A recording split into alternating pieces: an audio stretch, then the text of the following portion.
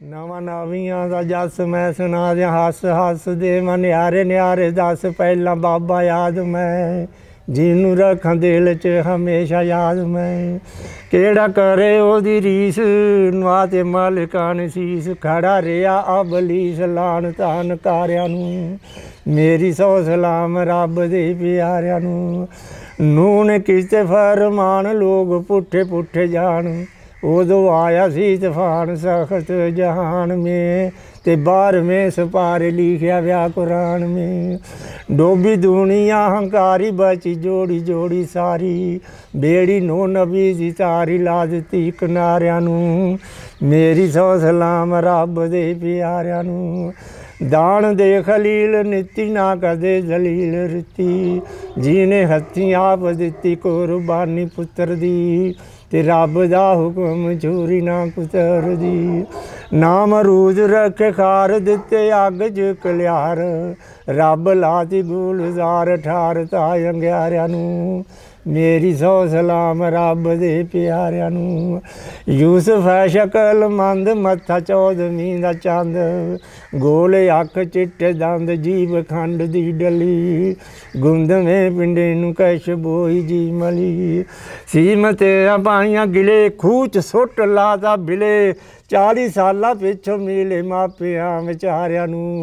मेरी सौ सलाम रब दे प्यारियां नू।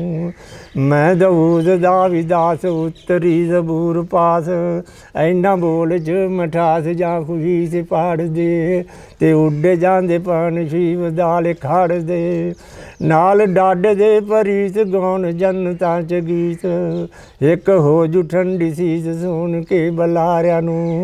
मेरी सौ सलाम रब दे प्यारियां नू।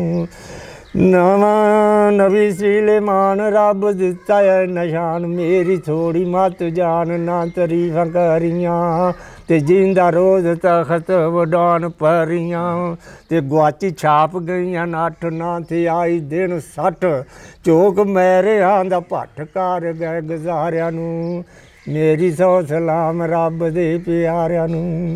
आखरी मुहम्मद साहब मुख खिड़े आग लाव, सद्या अरशी जनाब इन्ना उच्चा दर्जा, ते दस दे फरिश्ते कुरान घर जाओ, हथ कौसर प्याली कुल उमतां दा वाली, रज बली रजू लाली बख्शाल सारियां नू।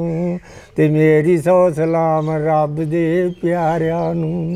वाह जी वाह, वाह जी वाह, क्या बात है बुजुर्गो, उन्होंने भी सलाम ते तुहानू भी सलाम। ਕਿਸੇ ਵੀ ਸਮਾਜ ਦਾ ਕਵੀ, ਸ਼ਾਇਰ ਜਾਂ ਲਿਖਾਰੀ ਆਪਣੇ ਕੌਮ ਦੇ ਸਮਾਜਿਕ, ਸੱਭਿਆਚਾਰਕ ਅਤੇ ਸਕਾਫਤੀ ਹਾਲਾਤ ਦੀ ਮੂੰਹ ਬੋਲਦੀ ਤਸਵੀਰ ਜਾਂ ਆਖ ਲਓ ਕਿ ਉਸ ਸਮਾਜ ਦਾ ਸ਼ੀਸ਼ਾ ਹੁੰਦਾ ਹੈ। ਇਸੇ ਲਈ ਤਾਂ ਸ਼ਾਇਰ ਕੌਮ ਦਾ ਸਰਮਾਇਆ ਹੁੰਦਾ ਹੈ। ਉਸ ਨੂੰ ਕੁਦਰਤ ਨੇ ਹੀ ਨਰਮ ਦਿਲ, ਸੁੱਚੀ ਆਤਮਾ, ਉੱਚੀ ਸੋਚ ਅਤੇ ਮਿੱਠੀ ਜ਼ਬਾਨ ਦਿੱਤੀ ਹੁੰਦੀ ਹੈ। ਪੰਜਾਬ ਵਿੱਚ ਵੰਡ ਤੋਂ ਪਹਿਲਾਂ ਦੋ ਤਰ੍ਹਾਂ ਦੀ ਸ਼ਾਇਰੀ ਚੱਲਦੀ ਸੀ, ਇੱਕ ਕਿੱਸਾ ਕਾਵ ਅਤੇ ਦੂਜਾ ਕਵਿਸ਼ਰੀ। ਉਸ ਵੇਲੇ ਦੋਨਾਂ ਪ੍ਰਭਾਵ ਦੀ ਝਲਕ ਰਜਬ ਅਲੀ ਦੀ ਲਿਖਤਾਵਾਂ ਵਿੱਚੋਂ ਮਿਲਦੀ ਹੈ। ਰਜਬ ਅਲੀ, ਜਿਨ੍ਹਾਂ ਨੂੰ ਬਾਬੂ ਜੀ ਦੇ ਨਾਮ ਨਾਲ ਵੀ ਜਾਣਿਆ ਜਾਂਦਾ ਸੀ, ਪੰਜਾਬ ਅਤੇ ਖਾਸ ਕਰਕੇ ਮਾਲਵੇ ਦਾ ਨਾਮਵਰ ਕਵਿਸ਼ਰ ਸੀ। ਉਸ ਨੂੰ ਕਵਿਸ਼ਰੀ ਦਾ ਬਾਦਸ਼ਾਹ ਵੀ ਕਿਹਾ ਜਾਂਦਾ ਹੈ। ਬਾਬੂ ਰਜਬ ਅਲੀ ਚੜ੍ਹਦੇ ਪੰਜਾਬ ਮਾਲਵੇ ਇਲਾਕੇ ਵਿੱਚੋਂ ਪੈਦਾ ਹੋਇਆ ਅਤੇ ਜ਼ਿੰਦਗੀ ਦਾ ਆਖਰੀ ਹਿੱਸਾ ਲਹਿੰਦੇ ਪੰਜਾਬ ਵਿੱਚ ਗੁਜ਼ਾਰਿਆ। ਬਜ਼ੁਰਗੋ, ਤੁਹਾਡਾ ਨਾਂ ਕੀ ਜੇ? ਹਬੀਬੁੱਲਾ। ਹਬੀਬੁੱਲਾ। ਤੇ ਤੁਹਾਡੇ ਵਾਲਿਦ ਸਾਹਿਬ ਦਾ? ਆਮਦੀਨ। ਆਮਦੀਨ। ਅੱਛਾ, ਤੁਸੀਂ ਇਸ ਪਿੰਡ ਦੇ ਵਸਿੰਦੇ ਹੋ ਜਾਂ ਉਧਰੋਂ ਆਏ ਹੋ? ਨਹੀਂ, ਉਧਰ ਬਾਵਜੂਦ ਕੇ ਨਾਲ ਹੀ ਆਇਆ ਸੀ। ਅੱਛਾ। ਮੇਰਾ ਬਾਪ ਜਿਸ ਵੇਲੇ ਫੌਤ ਹੋ ਗਿਆ ਸੀ ਨਾ, ਉਦੋਂ ਫਿਰ ਬਾਬੂ ਜੀ ਕੇ ਨਾ ਮੇਰੀ ਮਾਂ ਨੂੰ ਆਪਦੀ ਕੋਠੀ 'ਚ ਲੈ ਕੇ, ਅਸੀਂ 4 ਭੈਣ ਭਰਾ ਸਾਂ। ਅੱਛਾ। 2 ਭੈਣਾਂ ਤੇ 2 ਭਰਾ।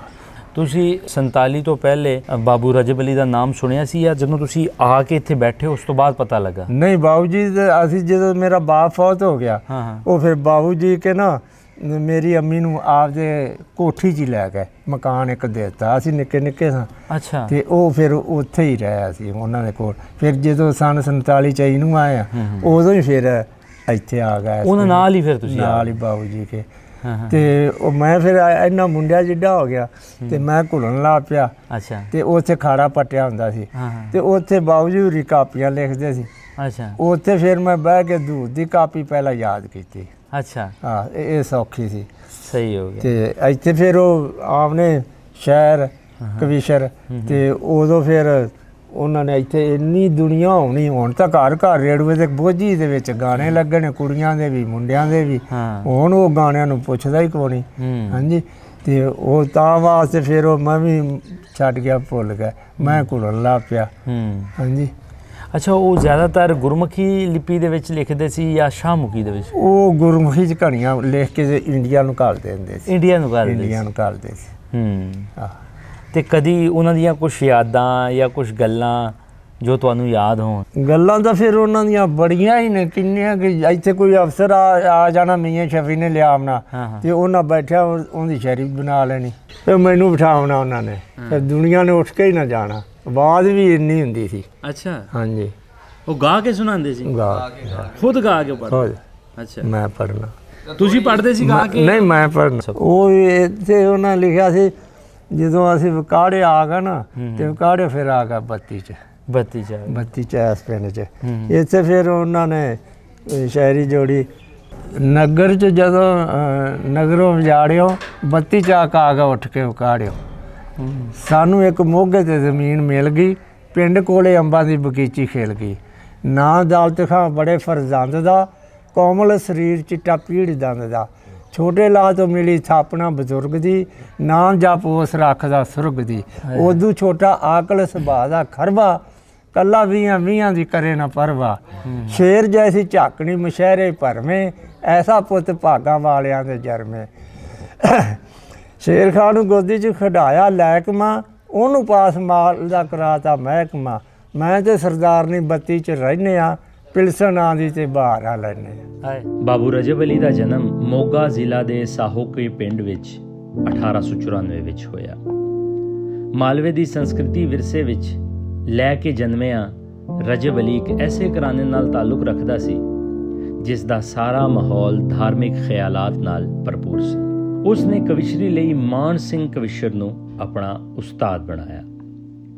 ਰਜਬ ਅਲੀ ਨੇ ਜਦੋਂ ਕਵਿਸ਼ਰੀ ਕਰਨੀ ਸ਼ੁਰੂ ਕੀਤੀ ਤਾਂ ਉਸ ਸਮੇਂ ਕਿਸੇ ਵੀ ਪ੍ਰਕਾਰ ਦੀ ਧਾਰਮਿਕ, ਸੰਪਰਦਾਇਕ, ਫਿਰਕਾਵਾਰਾਨਾ ਤਫਰਕਾ ਬਿਲਕੁਲ ਨਹੀਂ ਸੀ। ਇਹੋ ਕਾਰਨ ਹੈ ਕਿ ਜਿੱਥੇ ਉਹ ਇੱਕ ਪਾਸੇ ਇਸਲਾਮ ਧਰਮ ਦੀਆਂ ਰਚਨਾਵਾਂ ਕਰਦਾ ਹੈ, ਉੱਥੇ ਹੀ ਉਹ ਗੁਰੂ ਸਾਹਿਬਾਨ, ਹਿੰਦੂ ਦੇਵੀ ਦੇਵਤਿਆਂ ਅਤੇ ਭਾਰਤੀ ਮਿਥਿਹਾਸ ਨਾਲ ਤਾਲੁਕ ਰੱਖਣ ਵਾਲੀਆਂ ਕਥਾਵਾਂ ਨੂੰ ਵੀ ਆਪਣੀਆਂ ਰਚਨਾਵਾਂ ਦਾ ਆਧਾਰ ਬਣਾਉਂਦਾ ਹੈ। ਬਾਬੂ ਰਜਬ ਅਲੀ ਦੀ ਸੋਚ ਤੇ ਰਚਨਾਵਾਂ ਕਿਸੇ ਵੀ ਧਰਮ ਦੀਆਂ ਸੀਮਾਵਾਂ ਤੋਂ ਬਹੁਤ ਉੱਚੀ ਹੈ। ਬਾਬੂ ਰਜਬ ਅਲੀ ਸੀਰਤ ਅਤੇ ਸੂਰਤ ਤੋਂ ਪੰਜਾਬੀ ਸੱਭਿਆਚਾਰ ਦੀ ਮੂਰਤ ਸੀ। ਕਟਵੀਂ ਦਾੜੀ, ਚੁਸਤ ਅੱਖ, ਉਡੂ ਕਰਦਾ ਸਰੀਰ ਉਸ ਦੇ ਮਹਾਂਦਰੇ ਦੀ ਵਿਲੱਖਣਤਾ ਸੀ।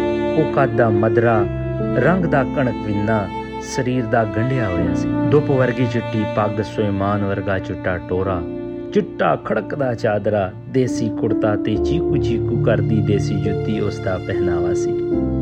ਉਹ ਮਿਸਰੀ ਤੇ ਗੁਲਕੰਦ ਵਰਗਾ ਮਿੱਠਾ ਤੇ ਤਲਵਾਰ ਵਰਗਾ ਤਿੱਖਾ, ਜੱਟ ਵਰਗਾ ਸਿੱਧਾ, ਕਲਰਕ ਵਰਗਾ ਹੋਸ਼ਿਆਰ, ਫਕੀਰ ਵਾਂਗੂ ਨਿਮਾਣਾ ਤੇ ਯੂਸਫ ਵਾਂਗ ਵਤਨ ਦਾ ਮੁਹੱਬਤੀ ਸੀ। ਇਸ ਦੇ ਪੱਟਾਂ ਵਿੱਚ ਹੀਰੇ ਹਿਰਨ ਦਾ ਜ਼ੋਰ, ਉਸ ਕੰਠ ਵਿੱਚ ਸਰਸਵਤੀ ਦਾ ਵਾਸ, ਉਸ ਦੀਆਂ ਅੱਖਾਂ ਵਿੱਚ ਸਭ ਧਰਮਾਂ ਲਈ ਪ੍ਰੇਮ, ਉਸ ਦੇ ਕੰਨਾਂ ਵਿੱਚ ਕਵਿਸ਼ਰੀ ਦੇ ਗਰਨਾਠੀਆਂ ਦੀ ਠੁਨਕਾਰ, ਉਸ ਦੀ ਨਾਸਕਾਂ ਵਿੱਚ ਵਤਨ ਦੀ ਮਿੱਟੀ ਦੀ ਮਹਿਕਾਰ ਤੇ ਹੱਥਾਂ ਵਿੱਚ ਯਾਰਾਂ ਲਈ ਪਿਆਰ ਸੀ। ਉਸ ਨੂੰ ਆਪਣੇ ਵਤਨ, ਆਪਣੇ ਸੱਭਿਆਚਾਰ, ਆਪਣੀ ਬੋਲੀ ਤੇ ਕਵਿਸ਼ਰੀ ਨਾਲ ਬਹੁਤ ਮੁਹੱਬਤ ਸੀ। ਉਹ ਆਗਿਆਕਾਰ ਪੁੱਤਰ, ਵਫਾਦਾਰ ਪਤੀ, ਦਿਆਲੂ ਪਿਤਾ ਤੇ ਯਾਰਾਂ ਦਾ ਯਾਰ ਸੀ। ਉਮਰ ਕਿੰਨੀ ਹੈ ਤੁਹਾਡੀ? ਸਾਡੀ ਉਮਰ ਹੋ ਗਈ ਤਕਰੀਬਨ 100 ਦੇ ਆਲੇ ਦੁਆਲੇ ਹੋ ਗਈ। 100 ਦੇ ਆਲੇ ਦੁਆਲੇ ਹੋ ਗਈ। ਯਾਰ ਬੇਲੀ ਹੈ ਸੀ ਪਿੰਡ 'ਚ ਕਿ ਕੋਈ ਨਹੀਂ? ਹੈ ਜੀ, ਯਾਰ ਬੇਲੀ ਕੋਈ ਪਿੰਡ 'ਚ? ਉੱਥੋਂ ਦਾ ਆਇਆ? ਉੱਥੋਂ ਦਾ ਬੇਲੀ ਹੈਗਾ ਸੀ ਸਾਡਾ ਅਛਰ। ਹਾਂ, ਸਿੱਖ ਸੀ। ਅੱਛਾ, ਬਾਬੂ ਰਜਬ ਅਲੀ ਬਾਰੇ ਜਾਣਦੇ ਹੋ? ਹਾਂ ਜੀ, ਕਦੀ ਮੇਰਾ ਵੇਖਿਆ ਹੋਇਆ ਸੀ। ਅੱਛਾ, ਤੇ ਗੱਪਸ਼ਪ ਹੈ ਸੀ ਉਹਦੇ ਨਾਲ? ਕਿੱਦਾਂ ਦੇ ਬੰਦੇ ਸੀ ਉਹ?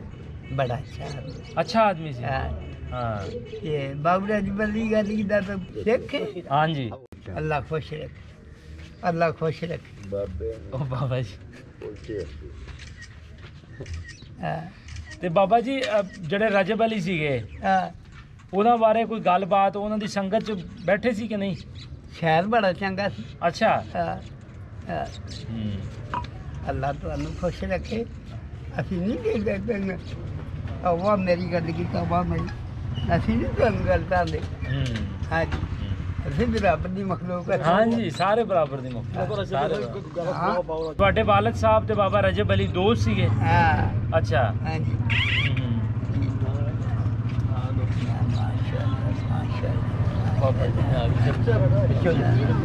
ਵੱਡੇ ਹੋ ਸਾਡੇ ਵੱਡੀ ਅੱਲਾ ਪਾਕ ਦੀ ਬਾਬੂ ਰਜਬ ਅਲੀ ਦੇ ਸ਼ਾਗਿਰਦਾਂ ਦੀ ਗਿਣਤੀ 6 ਦਰਜਨ ਤੋਂ ਵੀ ਵੱਧ ਹੈ, ਜਿਨ੍ਹਾਂ ਵਿੱਚੋਂ ਹਿੰਦੂ, ਸਿੱਖ, ਮੁਸਲਮਾਨ, ਈਸਾਈ ਆਦਿ ਅਨੇਕ ਧਰਮਾਂ ਨਾਲ ਸੰਬੰਧਿਤ ਹਨ। ਆਜ਼ਾਦੀ ਵੇਲੇ ਬਾਬੂ ਰਜਬ ਅਲੀ ਜੀ ਨੂੰ ਆਪਣੀ ਜਨਮ ਪੌਥਾਂ ਛੱਡਣੀ ਪਈ ਤੇ ਉਹ ਪਾਕਿਸਤਾਨ ਆ ਕੇ ਉਕਾੜਾ ਦੇ ਇੱਕ ਪਿੰਡ 32 ਟੂਐਲ ਵਿੱਚ ਆ ਵਸੇ ਸਨ। ਉਹਨਾਂ ਦੀ 63 ਸਾਲ ਦੀ ਰਚਨਾ ਕਾਲ ਵਿੱਚੋਂ ਲਗਭਗ ਅੱਧਾ ਸਮਾਂ ਅਣਵੰਡੇ ਪੰਜਾਬ ਤੇ ਅੱਧਾ ਹੀ ਸਮਾਂ ਵੰਡੇ ਹੋਏ ਪੰਜਾਬ ਵਿੱਚ ਬਿਤਾਇਆ। ਰਜਬ ਅਲੀ ਨੇ 81 ਤੋਂ ਵੱਧ ਨਿੱਕੇ ਵੱਡੇ ਪ੍ਰਸੰਗ ਲਿਖੇ ਹਨ, ਜਿਨ੍ਹਾਂ ਨੂੰ ਪ੍ਰੇਮ ਪ੍ਰਧਾਨ, ਰੋਮਾਂਚਕ, ਇਤਿਹਾਸਕ, ਧਾਰਮਿਕ, ਦੇਸ਼ ਭਗਤੀ, ਬਰਦਾਨ, ਸਕਾਫਤੀ ਵਿਰਸਾ ਆਦਿ ਵਰਗਾਂ ਵਿੱਚ ਵੰਡਿਆ ਜਾ ਸਕਦਾ ਹੈ। ਬਾਬੂ ਰਜਬ ਅਲੀ ਨੂੰ ਆਪਣੇ ਪਿੰਡ ਸਾਹੋਕੇ ਨਾਲ ਬਹੁਤ ਪ੍ਰੇਮ ਸੀ। ਆਪ ਜੀ ਇਸ ਫਾਨੀ ਦੁਨੀਆ ਨੂੰ 1979 ਵਿੱਚ ਅਲਵਿਦਾ ਕਹਿ ਗਏ, ਪਰ ਆਪ ਜੀ ਦੀਆਂ ਰਚਨਾਵਾਂ, ਜਿਨ੍ਹਾਂ ਵਿੱਚੋਂ ਹਿੰਦੂ ਇਤਿਹਾਸ ਜਿਵੇਂ ਰਾਮਾਇਣ, ਪੂਰਨ ਭਗਤ ਅਤੇ ਕੌਲਾਂ, ਇਸਲਾਮੀ ਪੈਗੰਬਰ ਹਜ਼ਰਤ ਮੁਹੰਮਦ ਸਾਹਿਬ, ਹਸਨ ਤੇ ਹੁਸੈਨ, ਸਿੱਖ ਇਤਿਹਾਸ ਵਿੱਚੋਂ ਗੁਰੂ ਅਰਜਨ ਦੇਵ ਜੀ ਮਹਾਰਾਜ ਦੀ ਸ਼ਹੀਦੀ, ਸਾਕਾ ਸਰਹੰਦ, ਸਾਕਾ ਚਮਕੌਰ, ਬੀਦੀ ਚੰਦ, ਭਗਤ ਸਿੰਘ, ਦੁੱਲਾ ਭੱਟੀ ਬਾਰੇ ਕਵਿਤਾਵਾਂ ਅਤੇ ਕਿੱਸੇ ਲਿਖੇ, ਜਿਨ੍ਹਾਂ ਰਾਹੀਂ ਤੁਸੀਂ ਅੱਜ ਵੀ ਲੋਕਾਂ ਦੇ ਦਿਲਾਂ ਵਿੱਚ ਜ਼ਿੰਦਾ ਹੋ। ਆਪ ਜੀ ਦੀ ਕਬਰ ਮੁਬਾਰਕ ਉਕਾੜਾ ਦੇ ਇੱਕ ਪਿੰਡ 32 ਟੂਐਲ ਵਿੱਚ ਹੈ। ਕਵਿਸ਼ਰੀ ਰਾਹੀਂ ਆਪ ਜੀ ਦੀ ਪੰਜਾਬੀ ਸਾਹਿਤ ਨੂੰ ਦਿੱਤੀ ਹੋਈ ਵਡਮੁੱਲੀ ਦੇਣ ਨੂੰ ਪੰਜਾਬੀ ਲਹਿਰ ਦੀ ਪੂਰੀ ਟੀਮ ਸਲਾਮ ਪੇਸ਼ ਕਰਦੀ ਹੈ। ਚੱਕ ਦੇ ਵਿੱਚ ਦਰਬਾਰ ਸੌਂਦੇ, ਬਣਿਆ ਅੱਜ ਲਾਹੌਰ ਦਾ ਸ਼ਹਿਰ। ਇੱਥੇ ਲੈ ਕੇ ਸਾਥ ਵਜ਼ੀਰ ਕੁਲ ਮਹਿਕਮਿਆਂ ਦੇ, ਆ ਗਿਆ ਅਫਸਰੋ ਜੋ ਮਨੂੰ ਚਾਹ ਇੱਥੇ। ਦਾਦਾ ਰਜਬ ਅਲੀ ਜਦੋਂ ਫੌਤ ਹੁੰਦੇ ਨੇ ਥੋੜੇ ਦਿਨ ਪਹਿਲੇ ਹੀ 14 ਸ਼ੇਰ ਲਿਖੇ ਸਨ। ਰਜਬ ਅਲੀ ਬੰਦਿਆ ਰਹੀ ਨਾ ਵਿੱਚ ਜਹਾਨ ਦੇ, ਜੀ ਰਹਿਣਾ ਮਰਨ ਦੇ ਲਈ ਪਿਆਰ ਵੀ ਪਾ, ਚੋਰੀ ਕਰੇ ਤੇ ਠਗੀਆਂ ਮਾਰਦਾ ਤੂੰ, ਤੇਰੇ ਵਾਸਤੇ ਨਹੀਂ ਡਰਦਾ ਵੀ ਪਾ, ਉੱਚਾ ਬੋਲ ਜ਼ਬਾਨ ਚੋਂ ਬੋਲਣਾ ਨਾ, ਨੀਵਾਂ ਹੋ ਕੇ ਵਕਤ ਇੰਤਜ਼ਾਰ ਵੀ ਪਾ, ਅਮਰ ਤੁਲਣਗੇ ਵਿੱਚ ਤਰਾਜ਼ੂਆਂ ਦੇ, ਜਦੋਂ ਲੱਗਿਆ ਸੱਚ ਦਰਬਾਰ ਵੀ ਪਾ। ਰਜਬ ਅਲੀ ਤੂੰ ਰੋਜ਼ ਉਡੀਕ ਰੱਖੀ, ਤੈਨੂੰ ਆਮ ਹੀ ਮੌਤ ਦੀ ਦਾਰ ਵੀ ਪਾ। ਇੱਕ ਹੋਰ ਸੀ ਸ਼ੇਰ ਜਿਹੜਾ ਉਹਨਾਂ ਨੇ ਕਬਰ ਤੇ ਆਪ ਲਿਖਵਾਇਆ, ਸੁਣਾ कैसे लिखना है। मेरी कोठड़ी बिस्तरा खाक ते जी, बूहे बंद गरीब दे होण लगे, बाबू रब नूं भालदा बाहर फिरदा, मेरे विच मकान ते